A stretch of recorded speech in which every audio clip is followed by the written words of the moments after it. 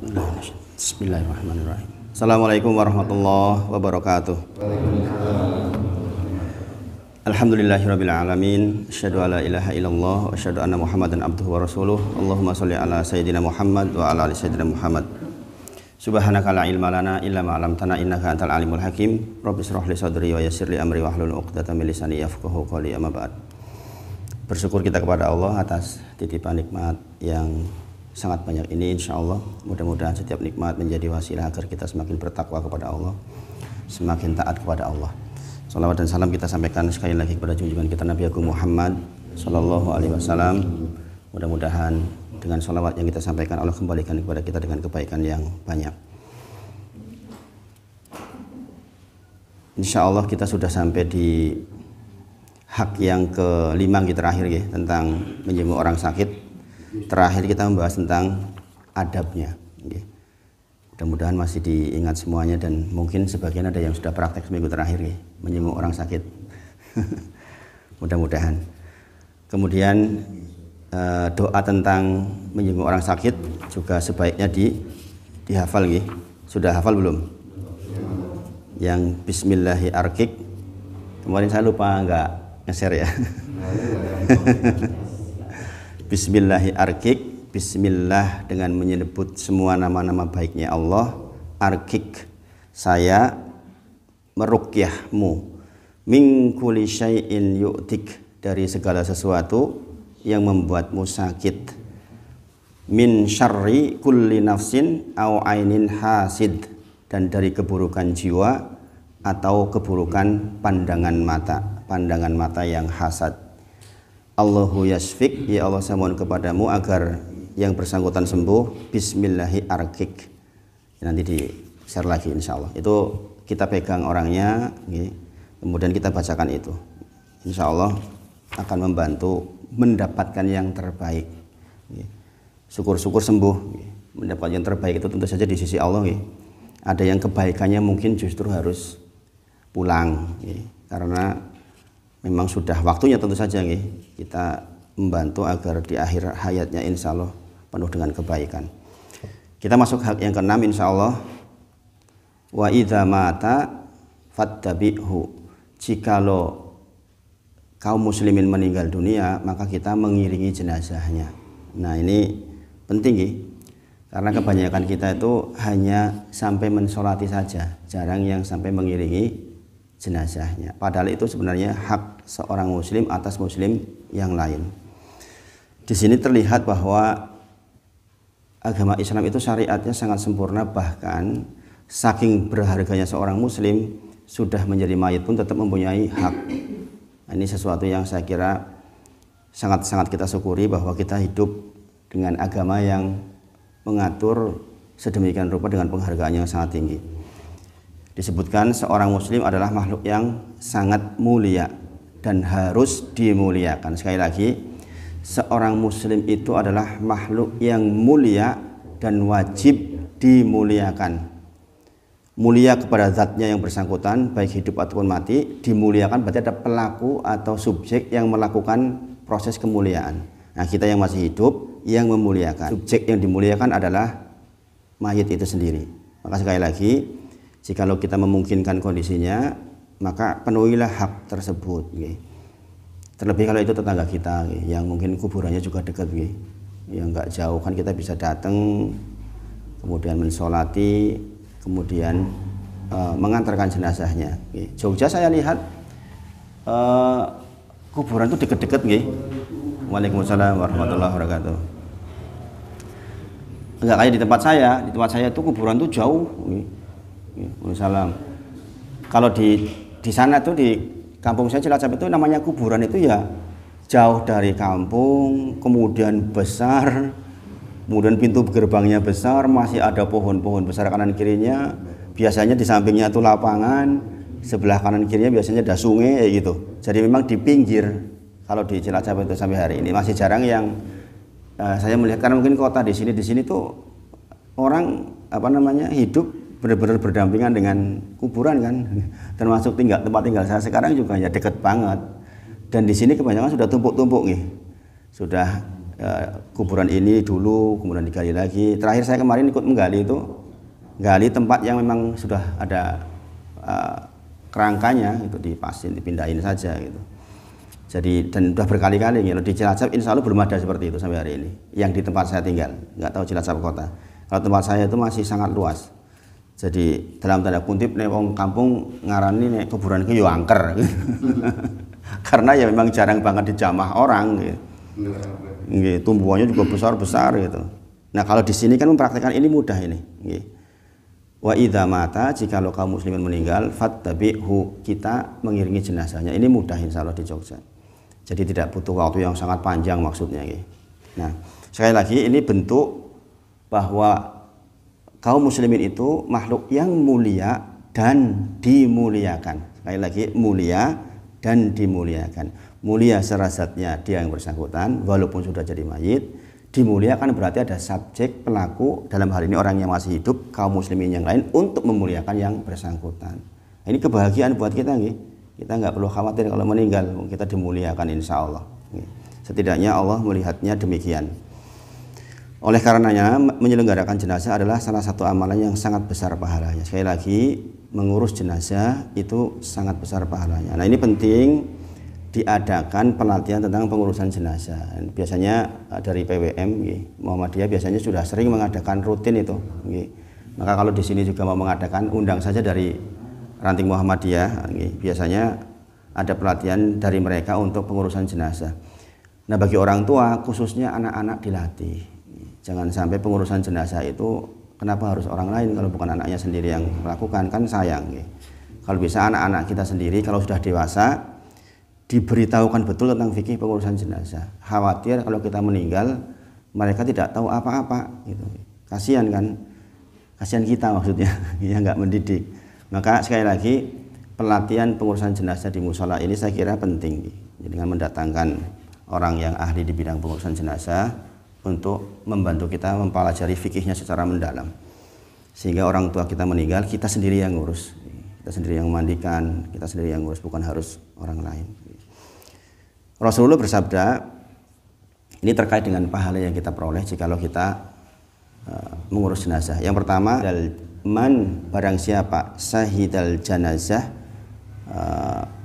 menghadiri jenazah atau layat, hatta yusolliya, sampai kemudian dia mensolatinya, falahu bagi dia kirotun, bagi dia mendapatkan 1 kirot. Waman sahida hatta tudfana, barang siapa yang menghadiri jenazah sampai mengiringi ke penguburannya, kana lahu bagi dia kirotoni, 2 kirot. Sekali lagi, barang siapa yang datang melayat jenazah kemudian mensolatinya maka mendapatkan 1 kirot.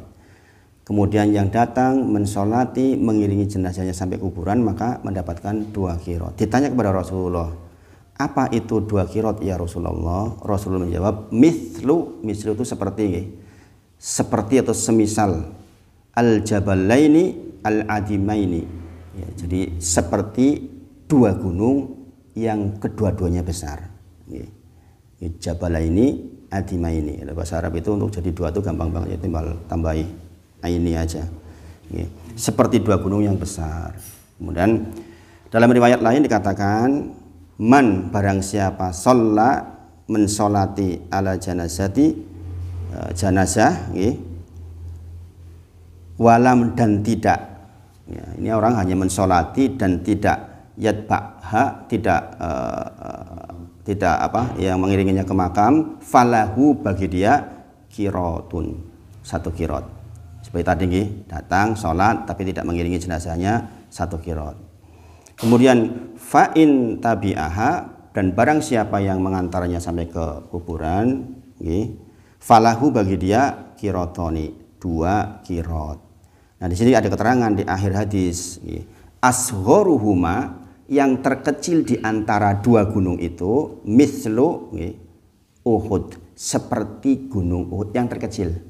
Kita mendapatkan 2 kirot, 1 kirot seperti 1 gunung Uhud yang paling kecil, berarti lebih besar dari itu. Sekarang pertanyaannya, gunung Uhud itu ukurannya berapa kan itu? Kok sampai digambarkan kita mendapatkan pahala sebesar gunung Uhud kalau nyolati, kalau nganter jenazahnya sampai ke kuburan mendapatkan 2 qiraat. Lebih besar dari gunung Uhud berarti kan. Gunung Uhud itu ukurannya panjangnya itu 7 kilo. 7 kilo gunung Uhud itu panjangnya. Kemudian lebarnya itu 3 kilo. Jadi gunung Uhud itu panjangnya 7 kilo, lebarnya 3 kilo. Tingginya itu 1077 lebih tepatnya meter, 1 kilo tingginya. Kan gede banget nih. Jadi kalau kita tahu betapa besarnya pahala yang diperoleh dengan kita mengurus jenazah, yaitu mensolati kemudian mengantarkannya, ya tentu saja kita akan menyempatkan waktu insya Allah. Nah, fenomena yang terjadi zaman sekarang, banyak orang yang datang sebagaimana saya sampaikan sebelumnya bahkan di Jogja yang saya katakan sudah menjadi kota pendidikan, yang pendidikan juga banyak, masih banyak orang yang datang hanya duduk-duduk ngerokok. Itu masih banyak banget ya, masih banyak banget, bahkan nggak nyolati. Bahkan ngobrol ngerasani mayit. Menyedihkan sekali. Ini berulang kali saya menyaksikan yang demikian. Maka buat kita yang sudah ngaji tentu tidak demikian. Kita datang untuk melayat itu banyak hal yang kita peroleh, diantaranya itu tadi. Yang kedua tentu saja pelajaran besar bahwa kita juga akan sampai pada posisi itu yang tidak tahu kapan. Bisa jadi tiba-tiba kan. Maka kita menghormati jenazah dengan memberikan hak-haknya. Maka kalau ada pengumuman memberikan penghormatan terakhir, ya berikan haknya maksudnya. Berikan haknya, yaitu hak untuk disolati dan hak untuk diiringi jenazahnya. Sekali lagi mudah-mudahan Allah berikan kesempatan kepada kita agar selalu bisa kalau ada jenazah ya kita datang dan kita iringi. Khususnya, lebih khusus lagi kalau itu tetangga kita. Karena hak tetangga itu ada hak lebih di samping hak sebagai seorang muslim juga hak tetangga juga. Kemudian ini sudah selesai insya Allah untuk hakul muslim ala muslim sittun, hak seorang muslim atas muslim yang lain ada 6. Kita sudah bahas seluruhnya. Ada beberapa catatan terkait dengan hadis pertama ini. Ini pernyataannya apa? Hak seorang muslim atas muslim yang lain. Berarti di luar muslim tidak mendapatkan hak ini. Saya dipahami. Berarti orang non muslim itu enggak dapat hak ini. Tetapi ada catatan. Kalau ternyata ada kemaslahatan terkait dengan menghadiri beberapa hal terkait dengan non muslim, maka itu dilakukan. Ini catatannya begini. Tentang salam misalnya. Memang jelas sudah tidak boleh sama sekali kita memulai salam kepada orang non muslim. Pertanyaannya sekarang, bagaimana kalau mereka yang salam duluan? Kan gitu. Di zaman Rasulullah ini terjadi. Orang Yahudi lewat. Kebetulan Rasulullah waktu itu bersama dengan Aisyah radhiyallahu anha. Orangnya mengatakan assalamualaikum. Asam itu bukan asala. Assalamualaikum ini asam. Asam itu artinya matilah kau wahai Muhammad gitu. Ya kan? Assalamualaikum. Semoga engkau lekas mati. Maka kemudian Rasulullah menjawab waalaikum. Demikian juga untukmu. Dibalikkan maksudnya. Kemudian Aisyah radhiyallahu anha itu marah-marah gitu. Istilahnya bahasa kita kurang ajar sampai mudah-mudahan kamu terlaknat kamu gitu. Kemudian Rasulullah mengingatkan ke Aisyah radhiyallahu anha, tenang wahai Aisyah, sesungguhnya doa mereka itu enggak didengar oleh Allah, sementara doa kita didengar oleh Allah. Bukankah engkau tadi mendengar? Aku sudah menjawabnya dengan alaikum. Demikian juga untukmu. Maka doa dia enggak mempan untuk kita, doa kita mempan untuk dia. Nah sekarang kalau misalnya orangnya bukan assalamualaikum tapi assalamualaikum, kita jawab waalaikum. Kita jawab waalaikum. Sebagian ulama berpendapat misalnya disalami dengan assalamualaikum, kita jawab waalaikumsalam wal hidayah, waalaikumul hidayah gitu. Sebagian ulama berpendapat seperti itu dan ini mahfum di kalangan para ulama, kita menjawab seperti itu. Kalau enggak ya simple waalaikum gitu saja udah. Demikian juga untukmu gitu kan. Keselamatan untuk kita kan enggak dikabul juga dia kan. Kita jawab demikian juga untukmu, maksudnya mudah-mudahan engkau dapat hidayah maksudnya. Jadi di hati kita ketika kita mengatakan waalaikum, mudah-mudahan jenengan dapat hidayah sebelum meninggal. Kemudian Ini terkait dengan salam. Kemudian catatan terkait dengan menjenguk orang sakit, bagaimana menjenguk orang non muslim. Hukum asalnya memang bukan hak dia. Kita sebagai muslim dia tidak mempunyai hak untuk kita jenguk, tetapi sekali lagi jikalau ada maslahat dunia dan ukhrawi kita lakukan. Sebagaimana Rasulullah contohkan kisah yang cukup panjang ketika Rasulullah menghadiri pembantunya yang sakit. Jadi Rasulullah mendatangi pembantunya ini karena tujuannya dakwah. Jadi kalau kita mau nyontoh bener ya datang ke sana dalam rangka untuk mendakwainya, gitu. Mendoakan hidayah karena dia belum meninggal kan, masih sangat mungkin dapat hidayah. Tapi kalau sudah meninggal ya sudah haram hukumnya kita mengikuti prosesi penguburan jenazahnya, itu nggak boleh. Nah, sebagian ulama berpendapat kalau ada maslahat, misalnya gini, dia ternyata di situ tokoh masyarakat yang sangat dihormati, maka kita datangnya setelah prosesi pengurusan jenazah selesai. Hanya hubungan antar manusia saja, karena prosesi jenazah sendiri itu ibadah yang kita tidak boleh hadir di situ. Jadi dengan tahu kan cara mereka menguburkan itu sudah ibadah tersendiri, ada pengagungan terhadap Tuhan mereka ketika terjadi prosesi penguburan, maka kita tidak boleh hadir pada waktu itu. Nah, itu catatan terkait dengan mendatangi atau menjenguk orang yang non muslim. Rasulullah Muhammad SAW dikisahkan karena gulamun Yahudiyun, adalah ada seorang pemuda Yahudi yahdumun Nabi SAW yang biasa membantu Nabi Muhammad SAW. Fa'atahu Nabi SAW, kemudian Rasulullah mendatangi dia ketika dia marid, ketika dia sakit. Ya'udduhu, Rasulullah menjenguknya. Kemudian faqa'ada itu berarti dia duduk inda ra'sihi, di sisi kepalanya. Ini juga adab kalau kita menjenguk orang sakit, kita duduk di dekat kepalanya. Kemudian kita bisikan hal-hal yang baik, kita doakan. Faqala, kemudian Rasulullah berkata, faqala lahu, berkata kepada pemuda itu, aslim. Jadi Rasulullah datang dalam rangka mengatakan ini, aslim, masuklah Islam. Itu kan berarti dakwah. Wani mboten jenengan. Datang ke orang non muslim, kanan kirinya ada saudaranya, mlebet totong Islam ben jenengan selamat. Wani mboten. Tapi ini contoh dari Rasulullah begitu. Kalau kita niatnya benar dari rumah mau begitu, mungkin Allah akan kasih jalannya. Dengan mengucapkan la ilaha illallah. Kalau memang hidayahnya dia memang betul-betul lewat kita, itu bisa terjadi, Pak. Karena Pak nubuahnya ada, contohnya ada ini. Jadi ini bukan guyon istilahnya. Bagian kita mungkin lah apa yo ora diantemi ora sedulure. Pada kisah ini ketika Rasulullah faqala lahu aslim, Rasulullah menyampaikan kepada pemuda itu aslim, masuklah Islam. Tapi ini juga ada ada hubungan maksudnya. Ini kan tadi yakhdumun Nabi sallallahu alaihi wasallam. Pemuda ini biasa membantu Rasulullah, berarti anak buah lah, seperti Pak Eko, misalnya Bu Eko punya anak buah 10 orang, 12 orang, 15 orang dilalek orang Kristen misalnya. Jadi kemudian sakit sampai menjelang sekarat gitu. Kan punya dalam tanda kutip punya kuasa, ya kan, karena sudah biasa membantu jenengan. Maka sebagaimana Rasulullah ini beliau mengatakan faqala lahu aslim. Atau misalnya mungkin dia muslim, tetapi rodoh kali agama. Maka jenengan faqala lahu la ilaha illallah. La ilaha illallah gitu. Ini yang sering saya pandukan kepada orang yang sedang sakit. Saya bisikan la ilaha illallah.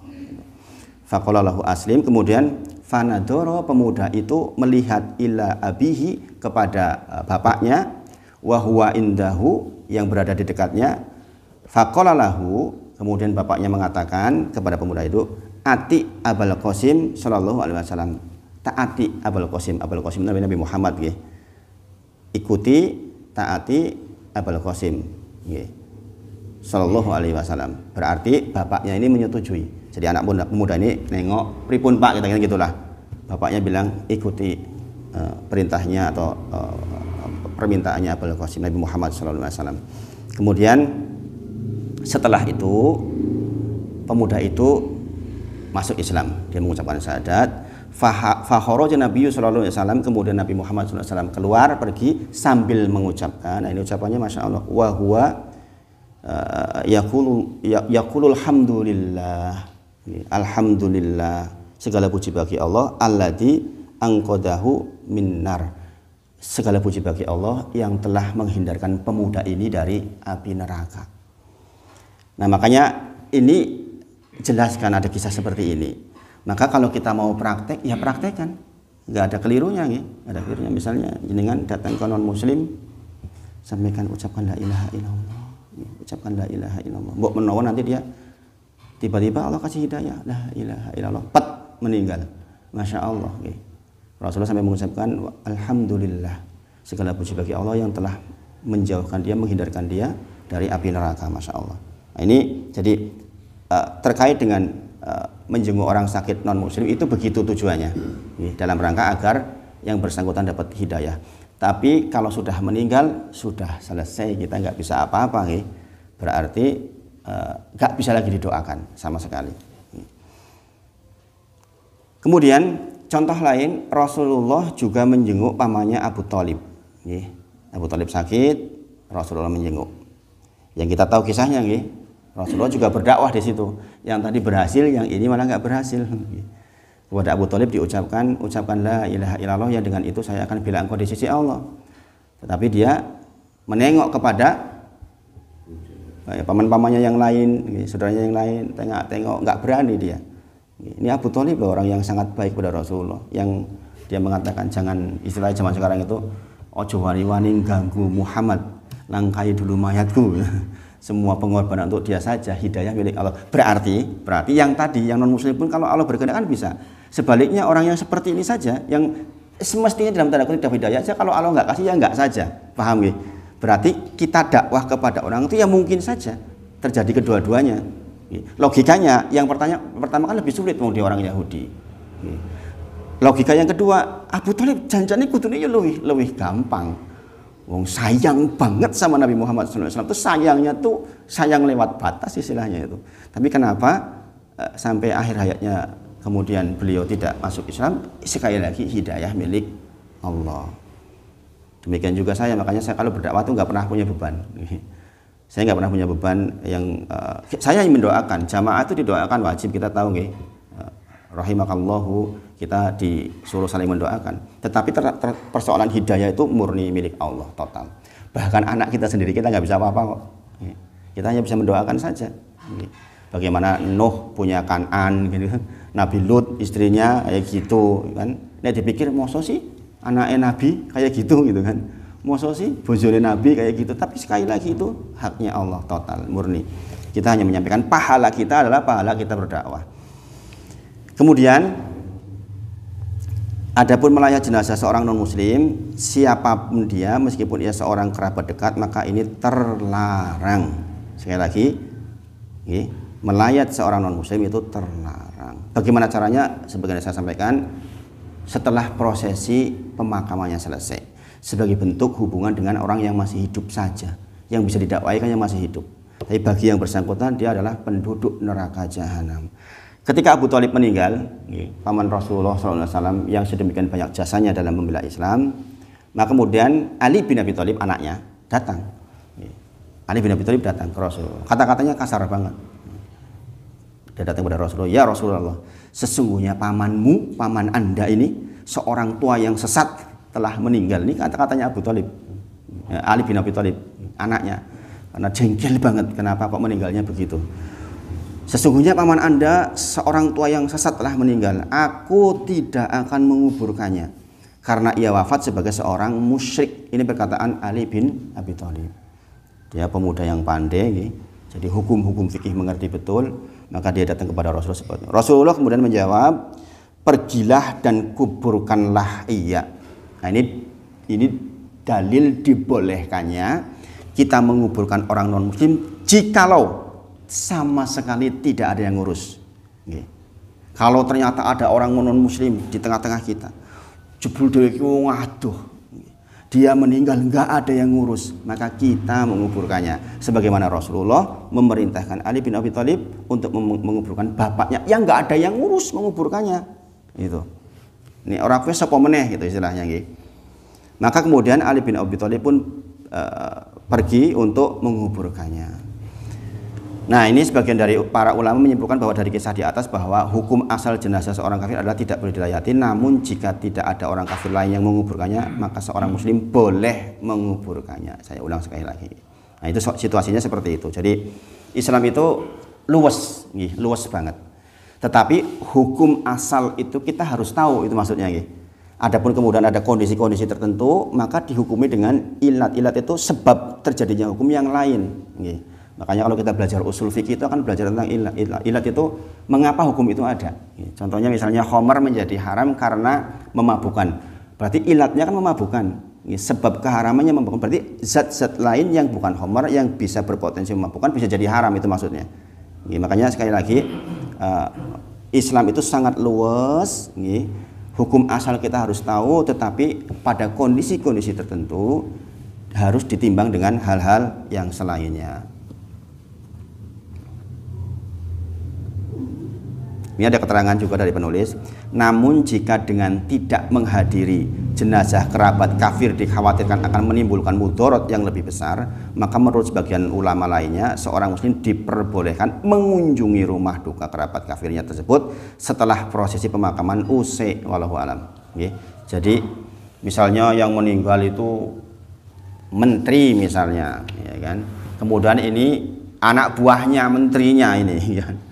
Nah, ini kalau kita nggak datang bisa jadi masalah. Maka datanglah setelah prosesi pemakaman selesai. Makanya kita harus hati-hati banget. Kemudian, adapun menghadiri undangan pernikahan non muslim, maka ia tidak wajib hukum asalnya. Namun diperbolehkan selama ada padanya kemaslahatan dakwah. Dan acara tersebut tidak mengandung bermacam-macam kemungkaran, juga tidak mengandung ritual-ritual keagamaan. Jadi sekali lagi kita sedang berbicara hakul muslim alal muslim. Ini tambahan terkait dengan bagaimana keadaan-keadaan jikalau yang terjadi pada non muslim. Kita sudah terangkan, mudah-mudahan bisa menjadi pengetahuan. Nah, ini yang disampaikan pagi ini, mudah-mudahan bermanfaat. Kurang sedikit sebenarnya terkait dengan hadis kedua ini. Insya Allah minggu depan kita masuk hadis yang ketiga. Mudah-mudahan bisa dipahami dan bisa kita amalkan. Kita tutup dengan kafaratul majlis. Subhanakallahumma wa bihamdika asyhadu alla ilaha illa anta astaghfiruka wa atubu ilaik. Wa akhiru da'wana alhamdulillahirabbil alamin. Assalamualaikum warahmatullahi wabarakatuh.